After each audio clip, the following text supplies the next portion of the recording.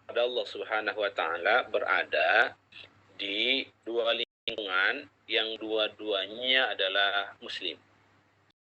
Lingkungan keluarga kita adalah keluarga muslim dan keluarga Islam. Yang kedua, masyarakat. Masyarakat kita mayoritas muslim, kemudian masyarakatnya juga insya Allah masyarakat Islam. Ini bersyukur. Kenapa? Karena lingkungan itu justru sangat berpengaruh sekali. Kata satu riwayat disebutkan, kalau kita ingin melihat seseorang, lihat lingkungannya, lihat kawannya, lihat temannya. Karena pertemanan lingkungan itu berpengaruh. Nah, kita bersyukur kepada Allah berada di Indonesia yang mayoritas penduduknya, masyarakatnya adalah muslim, ya, sehingga nilai-nilai Islam ini sangat kental dalam kehidupan kita. Ya, sangat kental dalam kehidupan kita karena memang kita mayoritas. Tapi di sisi lain, jangan sampai kita hanya bangga dengan jumlahnya saja. Jangan hanya kita bangga dengan kuantitinya saja. Kita harus bangga memiliki kuantitas juga, kualitas. Kita harus bangga dengan kualitas keislaman kita. Jadi di satu sisi kita jumlahnya memang banyak, kuantitasnya banyak, tapi di sisi lain kuantitas ini harus melahirkan kualitas. Sehingga keluarga dan masyarakat Islam dan Muslim ini betul-betul kelihatan menebarkan manfaat kemaslahatan bagi seluruh umat. Itulah yang menjadi misi Nabi, wa ma arsalnaka illa rahmatan lil alamin. Tidak semata-mata kami mengutus kecuali menjadi rahmat. Artinya, ketika kita berada di satu tempat, satu lingkungan sosial, satu masyarakat, maka kehadiran kita itu betul-betul menebarkan kemaslahatan, kemanfaatan, kebaikan. Jangan justru kehadiran kita malah menimbulkan keresahan, masalah, malapetaka, bahkan musibah. Ya. Nah, kita contoh yang paling mudah lah. Kita berada di lingkungan kampus. Ketika Anda hadir di lingkungan kampus, apa yang terjadi dengan kawan-kawan Anda?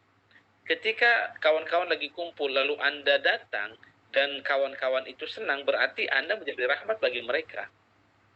Kenapa? Karena ketika Anda datang, Anda punya akhlak yang mulia, Anda punya akhlak yang baik, Anda dermawan, Anda menjaga kata-kata, tidak menyakiti orang lain, tidak membuli orang lain, tidak menghina orang lain. Justru yang ada adalah Anda ringan tangan untuk membantu, ringan tangan untuk menolong, wajah Anda juga tidak seram, selalu senyum, menghormati, menghargai. Berarti Anda itu datang di satu masyarakat, di masyarakat kampus, Anda sudah menjadi rahmat, ya. Sebaliknya, ketika ada orang berkumpul lalu datang seseorang, lalu tiba-tiba bubar, gara-gara dia datang bubar. Kenapa? Orang nggak mau bersama dengan dia, nggak mau dekat dengan dia. Kenapa? Karena bisa jadi kalau dekat dengan dia, kata-katanya tidak terjaga, gampang menghina, menyakiti orang lain, membuli, ya. Kemudian perbuatannya juga banyak menzolimi dan lain-lain. Maka orang ini tidak bisa jadi rahmat dalam lingkungannya. Ya, dan lingkungannya. Nah, kawan-kawan, ini penting sekali. Jadi untuk menyampaikan pesan-pesan Islam itu tidak harus dengan mimbar, tidak harus dengan majlis taklim. Anda berada di lingkungan terdekat Anda, terkecil Anda, itu bisa menjadi membawa kebaikan-kebaikan Islam. Ya, termasuk di dalamnya adalah toleransi. Selama ini orang Barat menganggap bahwa orang Islam itu teroris, radikalis, ekstremis, ya kan? Lalu tiba-tiba mereka datang ke Indonesia, lihat bagaimana wajah Islam di Indonesia. Ternyata nyaman, tentram, mereka berada di kita, dihormati, dihargai, kita punya toleransi tinggi, tidak pernah menghujat agama mereka, keyakinan mereka, bisa duduk bareng. Itu dakwah yang luar biasa. Ya, dakwah luar biasa. Oleh sebab itu, semua kita punya kewajiban untuk menampilkan Islam yang ramah.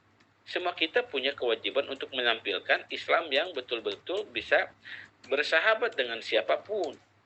Bukan Islam yang seram, Islam yang horor, Islam yang menakutkan. Ya, makanya muncul keluarga Islam dan masyarakat Islam. Ya, itu pentingnya kita bisa mewujudkan itu. Kita sekarang, apakah pertanyaannya kita sudah menjadi keluarga Islam atau baru keluarga Muslim?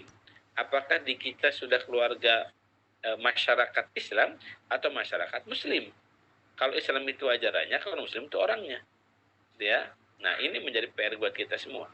Ya.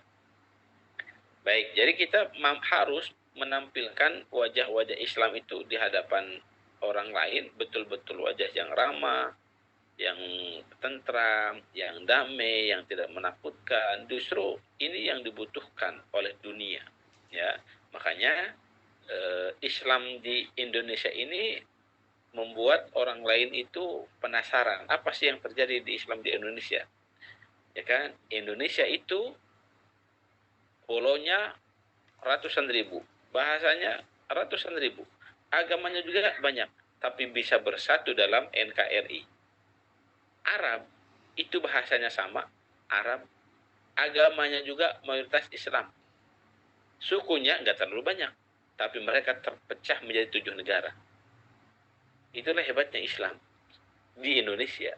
Jadi Indonesia ini unik, pulaunya ratusan ribu, bahasanya juga ratusan ribu, ya, agamanya juga banyak, bisa hidup berdampingan. Ini yang harus dijaga, ya.